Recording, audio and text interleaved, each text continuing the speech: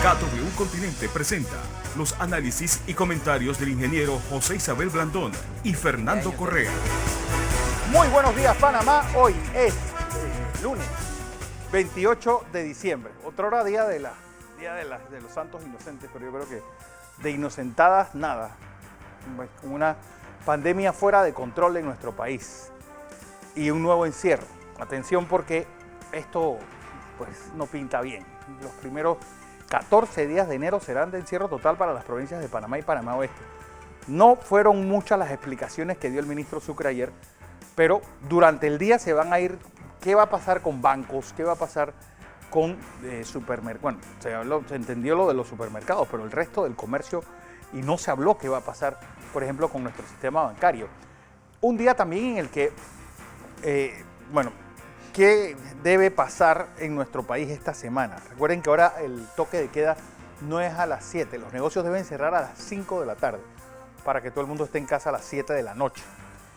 Atención, porque Panamá pues, perdió este fin de semana muchas personas, entre ellas dos personas destacadas. Una en la música, don Carlos Clejon Espino, y otra de las grandes defensoras de la democracia, doña Rosario Arias de Galindo. También el mundo de la salsa se quedó sin la voz del gallo. Tito Rojas falleció el sábado pasado. Así las cosas. Don José, recta final de este año 2020, que uno no sabe si alegrarse porque se acaba este año o aterrarse por lo que esperamos sean esos primeros meses del 2021. Buenos días, Fernando. Buenos días. Buenos días a toda nuestra audiencia que nos sigue por Radio KW Continente y en Canal 21 Next TV. Hay que recordar a los que nos preceden en esta vida. Se fue la doña Rosario, una luchadora panameña por los derechos de la libertad de expresión, y también se fue ese gran amigo Carlos Clejon Espino. Precisamente el miércoles el papá de Fernando, Cañita, y Fernando y yo estábamos conversando de quién era Carlos Clejon, sin saber que estaba ni siquiera enfermo. Sabíamos que estaba enfermo. Sabíamos que tenía un problema, pero nos sorprendió que Carlos se fuera. Un gran compositor, quizás Fernando, de la mayoría de los éxitos de Osvaldo Ayala. Entre Eddie Gutiérrez y él fueron los grandes compositores de Osvaldo Ayala. Y Osvaldo, que Carlos era un hombre excepcional. Uno siempre aprecia a la gente talentosa como es, no como uno quiere que sea. Carlos, que la gente talentosa siempre tiene esa... Carlos Clejon era como era. Exacto. Era un poeta, era un hombre especial. Y usted quiere a la gente así. Un hombre talentoso. Y doña Rosario era doña Rosario. Sí. No, para que los conocieron, ¿sabe? Lo firme de su carácter y lo terca que era, ¿no? Bien, así uno quiere a la gente. Quisiera, Fernando, expresarle unas palabras antes de ir a los análisis. En tiempos como estos, yo quiero que ustedes sepan, los que nos están escuchando, tomando su café tranquilamente, que es bien difícil conversar con ustedes para explicar lo que está pasando en el mundo, sobre todo porque los niveles de ansiedad, de angustia, de preocupación son tan grandes y la responsabilidad es tan inmensa de poner en sus manos la información que usted necesita para tomar decisiones. Hay quienes irresponsablemente creen que emitir la opinión es atacar a todo el mundo. En momentos como estos, lo que se requiere es la sensatez, el sentido común, que hace tanta falta en este momento. Además que para nosotros es sumamente serio conversar en momentos como estos, que no son momentos cualquiera, y no solamente Panamá, sino en el mundo. Y suena una perfecta irresponsabilidad cuando usted compara un país con el otro, como si fuera una cosa con manzanas con manzanas. Comparar Europa con América Latina es un grave error. Primero por los desarrollos desiguales que hay. Comparar América Latina en su conjunto es un error. Hay que comparar, hay que saber lo que pasa en el mundo, hay que saber la dinámica global y después hacer los análisis concretos. Partir de lo general a lo particular y de lo particular a la general. De la teoría a la práctica y de la práctica a la teoría. Es difícil porque hay que dominar temas complejos. Dicho eso, quisiera decirles que hay tres noticias que arrancan el panorama mundial.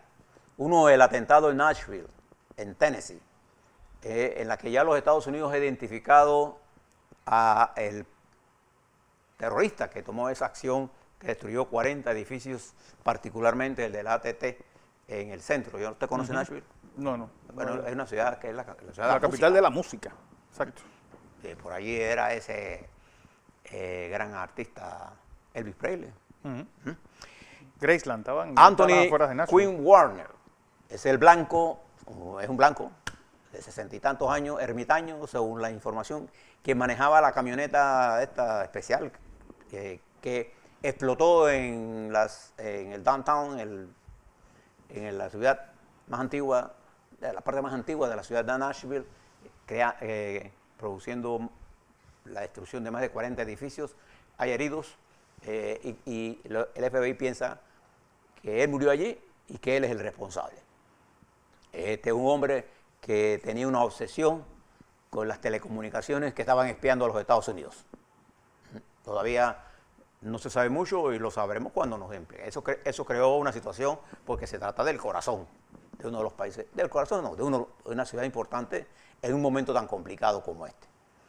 Únale a eso también el hecho de que el presidente de los Estados Unidos firmó anoche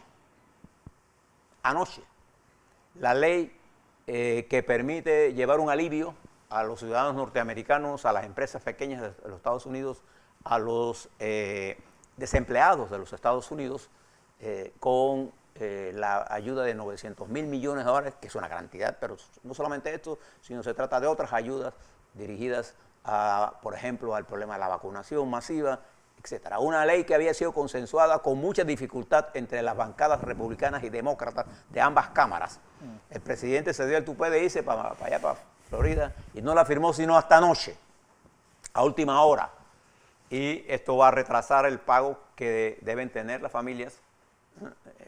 Y ayer el presidente anoche, si usted observe esta conducta, después que él me envía un tuit diciendo que él va a firmar la ley, pero que él exige a cambio una serie de modificaciones que es muy poco probable que se las den. Pero dice que hay un compromiso de los republicanos de objetar la elección de Biden. ¿Usted puede creer esto? Demasiado. Léase ese tuit del presidente de los Estados Unidos. Ahora le vamos a hablar sobre lo que está ocurriendo en el mundo en 4 de los dirigentes. Esta es la semana final del año, vamos a tratar de hacerle un balance de las cosas que están ocurriendo en el mundo para ponérselas en perspectiva. Les quiero hablar, mientras esto está haciendo el presidente jugando golf y retratándose jugando golf en medio de la situación más dramática que vive los Estados Unidos en su historia. ¿Usted cree que el presidente de los Estados Unidos debe estar jugando golf cuando miles de personas están muriendo de su país y donde él ha prácticamente renunciado a ejercer la presidencia? Bien, mire lo que pasa en los Estados Unidos. En los Estados Unidos hay un muerto por cada 1.000 habitantes. Un muerto por cada 1.000 habitantes. Hasta ahora se contabilizan los muertos en los Estados Unidos por encima de los 332.000 personas. La población norteamericana es del orden de 332 millones. 341.000. Ahí está. Esos son los 138 muertos. La población de los Estados Unidos es de 332 millones. 327.200 millones de personas. O sea, si usted mira la cantidad de muertos, e incluso en el dato más bajo de muertos que se refleja en las cadenas de los Estados Unidos, que es del orden de 3.338, lo que está dando Fernando es el más actualizado. En el más bajo hay un muerto por cada 1.000 personas en los Estados Unidos. Mire lo grave de esta crisis y el presidente está jugando gol. 19.573.795 casos. En los Estados Unidos. En el mundo, la pandemia se expande a una gran velocidad ahora con el nueva cepa de coronavirus que ya se detectó, que primero se detectó en Inglaterra y que ahora recorre como un fantasma el mundo por Europa, a Japón, En el Canadá. mundo, 81.333.265 personas, 1.782.000 69 fallecidos. Y a la velocidad con que va los Estados Unidos va a terminar, antes de que termine tenga una vacunación de más del 70% de la población, por las últimas estimaciones en 579.000 muertos. Muy cerca de la cifra de 2 muertos por cada 1.000. En nuestro país. Bueno, la pandemia del 18-19 en Estados Unidos provocó 650.000 muertos. Y el caso 1 se identifica como un... La gripe española. Sí. En Kansas. En Kansas City. En Kansas, en el estado de Kansas. Sí. Una base militar en el Una estado base, de Kansas. en el estado de Kansas. Que no se llama española por otras razones. Porque Sí. primero España no estaba ni en la guerra todavía. Nunca estuvo en la guerra y no tenía censura. Y precisamente por la falta de censura publicaba las cosas y se dio el nombre de gripe española, una gripe que no nació en España. Nació en Estados Unidos. Bien. En los Estados Unidos, en este momento, en el desarrollo de todas estas cosas, se tiene ya la ley que va a impedir que el gobierno federal colapse. Si Trump no firmaba esta ley antes de la medianoche de hoy, el gobierno federal hubiera cerrado mañana a las 12:01. Pero ya lo firmó con condiciones que él mismo explica y que las mismas condiciones explican de quién están hablando. Pero en el mundo, el coronavirus sigue expandiéndose, ahora con una nueva cepa, con mayor velocidad de expansión, de duplicación, pero con una patogeneidad que no parece ser más alta que la del virus anterior, afortunadamente, y con un proceso de vacunación en desarrollo. Muy lento, pero un proceso de vacunación. AstraZeneca acaba de ser autorizada y es probable que en los próximos 10 días esté disponible en el mercado. La vacunación se va a convertir, sin duda alguna, en la luz en el túnel, pero para que llegue la vacunación van a pasar varios meses. En los Estados Unidos, los días más oscuros de la pandemia son los que vienen. A pesar de que se está vacunando, hay aproximadamente 2 millones de personas en los Estados Unidos vacunados, de las cuales hay unas 10 millones de vacunas disponibles. Recuerde que se necesitan 2 vacunas para tener una inmunidad, porque son dos dosis. Y se calcula que para finales de abril, los Estados Unidos tendrá probablemente entre 60 y 70% de su población vacunada. Nosotros tendremos vacunas, en Panamá también, probablemente a finales de enero. Y ahora le cuento un poco sobre nuestras estadísticas. Nuestras estadísticas de mortalidad son alarmantes. ¿Ya? Si los Estados Unidos están en 1 por 1000, Panamá está en 0.9 por 1000. Bueno, ahora mismo nosotros tenemos el 1% de la población enferma de coronavirus. Sí, pero muertos, yo hablo de personas muertas. Nosotros en este momento, ahora le doy las cifras, pero los Estados Unidos están 1 por cada 1000 habitantes, nosotros estamos en 0.9 por cada 1000 habitantes. Ahora se le explico en las gráficas lo dramático de la situación que estamos viviendo. Algún anuncio importante en sentido positivo. Hubo acuerdo entre Inglaterra y Europa por el Brexit. Y eso sí es importante porque no será una salida, de todas maneras será una salida difícil. Hubo acuerdos sobre la parte más importante, que es la pesca en aguas de Gran Bretaña, donde se va a reducir del 100% de la pesca de hoy al 75% de la pesca. Se va a reducir en 25% de la pesca para que Inglaterra tenga mayor poder de exportación, pero va a haber toda una avalancha de nuevas regulaciones que ya se pusieron a prueba en estas últimas semanas. Ya hay un acuerdo para un Brexit con una salida más regulada y ya hay una separación formal entre la Unión Europea e Inglaterra y ahora viene todo un proceso que va a tener un efecto negativo en Inglaterra en primer lugar y va a tener un efecto en Europa en medio de toda esta pandemia. Además de eso, quisiera que usted viera 4 líderes del mundo en este año 20, porque termina el año. ¿Y por qué debemos entender nosotros la potencia? Porque nosotros somos un país abierto en nuestro espacio marítimo a la comunicación entre todas las potencias comerciales. Observe, por ejemplo, los Estados Unidos. El año 20 arranca con un Donald Trump casi prácticamente imparable como presidente. Y nosotros le advertíamos que cuando si la economía no era el tema central de la campaña electoral, él iba a perder. Y el coronavirus se llevó a Trump. Comenzó el año incluso con elogios a Xi Jinping, ¿te recordarán? Sí. Con negación del virus. Después de un manejo terrible de la enfermedad y a regañadientes, el virus se lo fue llevando y el virus se convirtió en el tema central de los Estados Unidos y sigue siendo, termina el año, con un Donald Trump derrotado y abre un camino nuevo en la vida de los Estados Unidos. Los 4 años de Donald Trump serán objeto de un gran análisis en el mundo, sobre todo porque destruyó el sistema de multilateral de entendimiento entre los pueblos. Recuerde, se salió del Tratado de Libre Comercio del Pacífico, se salió del Tratado de Libre Comercio, de Cambio Climático, se salió del acuerdo nuclear, con Irán. Se salió del acuerdo de control de las armas nucleares en Irán, aisló a los Estados Unidos y se peleó con Europa, que son sus aliados tradicionales, abandonó prácticamente a América Latina a su suerte. Sus temas en América Latina estaban vinculados a lo que les producía votos. Hablar contra Cuba por la colonia, hablar Centroamérica por los votos blancos. Todo su esquema estaba dirigido a la reelección y deja a un país con las peores cifras económicas de la historia reciente de los Estados Unidos. Y deja un país completamente lleno de complejidades sociales. Y pierde las elecciones frente al que él consideraba el Sleepy Joe, bueno, el dormilón, el vago. Y lo deja en un momento en que el presidente de los Estados Unidos está en un estado de negación de la realidad.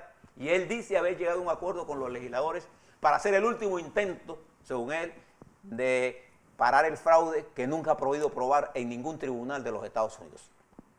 Que es que va a contar con los republicanos en el Senado y para crear un caos y no lograr la ratificación de Biden. Porque en realidad el Senado no tiene que ratificar nada, ya eso está ratificado. Puede apelarse, pero tiene que ser en las 2 cámaras. No tiene mayoría en las 2 cámaras, pero él lo va a llevar a este escenario hasta el final. Hasta el final. La angustia esta va a seguir. Pero ha dado surgimiento a una nueva situación en los Estados Unidos, que es el gobierno del presidente Biden, lleno de una singular distribución de puestos más semejante a los Estados Unidos. Tiempos de angustias, tiempos difíciles, los primeros 6 meses del señor Biden, y tiempos de apertura. Preste la atención a esto, porque los países como nosotros, en la que tenemos a Estados Unidos como nuestro socio más importante, hay gente que se pregunta, ¿y por qué a usted le interesa a los Estados Unidos? Porque cuando Estados Unidos le da resfriado, a nosotros nos da pulmonía. Ellos son nuestros principales usuarios del canal, nuestros primeros socios comerciales, y con ellos tenemos un tratado de neutralidad, por si acaso alguien se olvida de ello. Ahora fíjese, ese es Estados Unidos.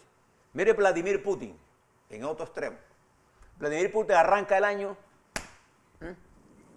con un cambio de gabinete, ajustándolo para un referéndum constitucional que iba a ser para él, pues, permitir la elección hasta el año 2032. 30, sí. 2030. Por allá. ¿Y qué le pasa? Hace el cambio de gabinete, ¿se acuerdan? En enero. Y niega también la existencia del coronavirus. Lo único que hizo fue cerrar la frontera y dijo que Moscú estaba libre de todo. ¿Se recuerdan? Marzo, abril. Y cuando viene el virus, se ensaña contra quién, en Moscú. Ni siquiera en las áreas rurales, en Moscú. Le pega con violencia.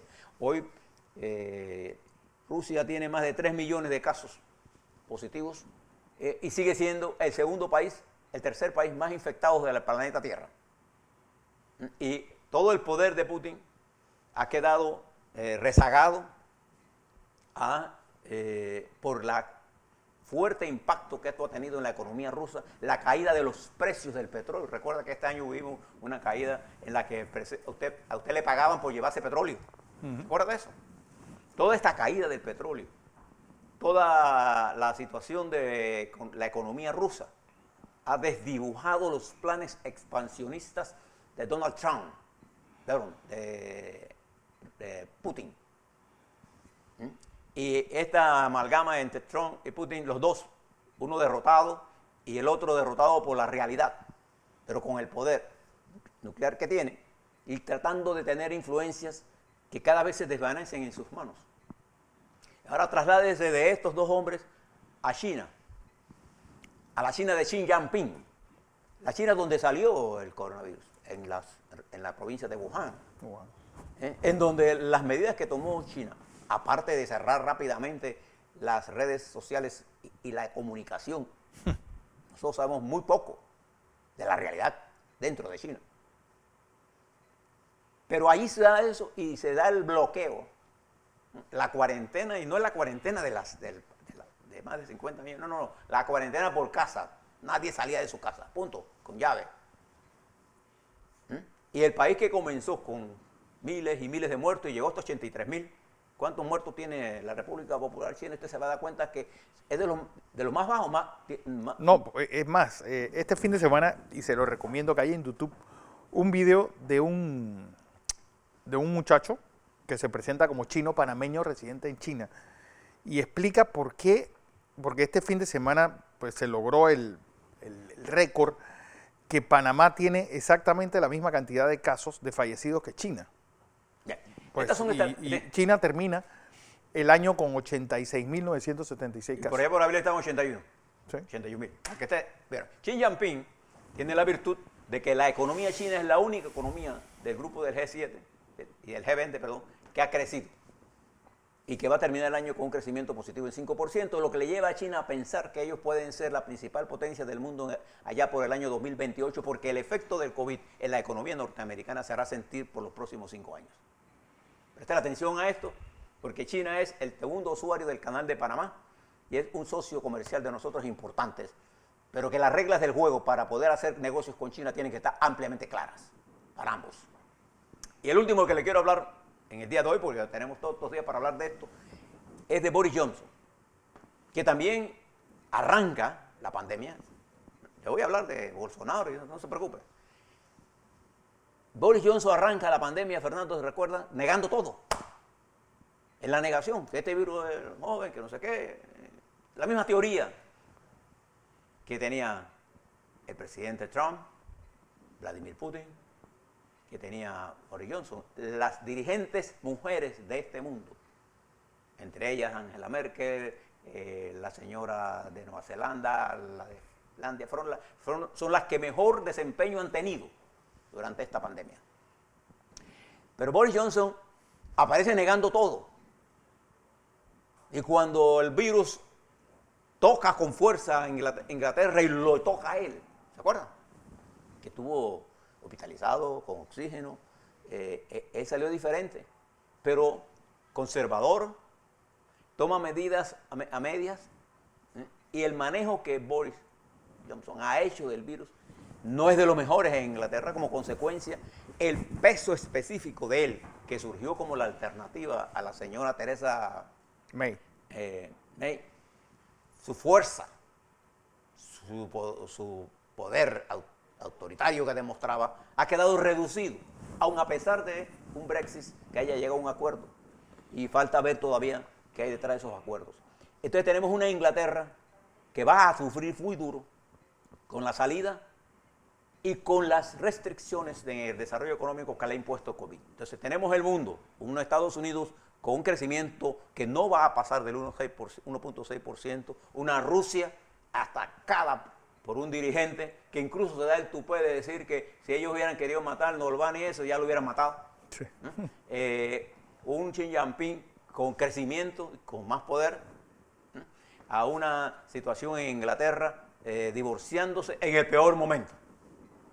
En ese mundo tan complejo vive esta pequeña nación nuestra, que es el enlace entre dos grandes mares que van a seguir siendo importantes geopolíticamente en el mundo. Comprender esa realidad internacional, comprender el peso del COVID en la economía mundial. En los Estados Unidos hay más de 40 millones de gente que no come. Van a demorarse los pagos a gente que está desempleada y que este señor, jugando golf, anoche firma, pensando en él y no en su nación. Y tenemos una China en desarrollo con grandes dificultades para acatar las legislaciones de cada uno de nuestros países. Entonces tenemos que andar con mucho cuidado, con mucha cautela. Y le quiero reclamar a todos que seamos lo más objetivos posibles al hacer nuestros análisis y dejemos la lloradera, la desinformación, para dar paso a la sensatez.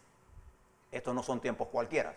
Las cifras que les vamos a explicar en el próximo segmento les va a indicar a ustedes la gravedad de lo que está ocurriendo en nuestro país. Así es.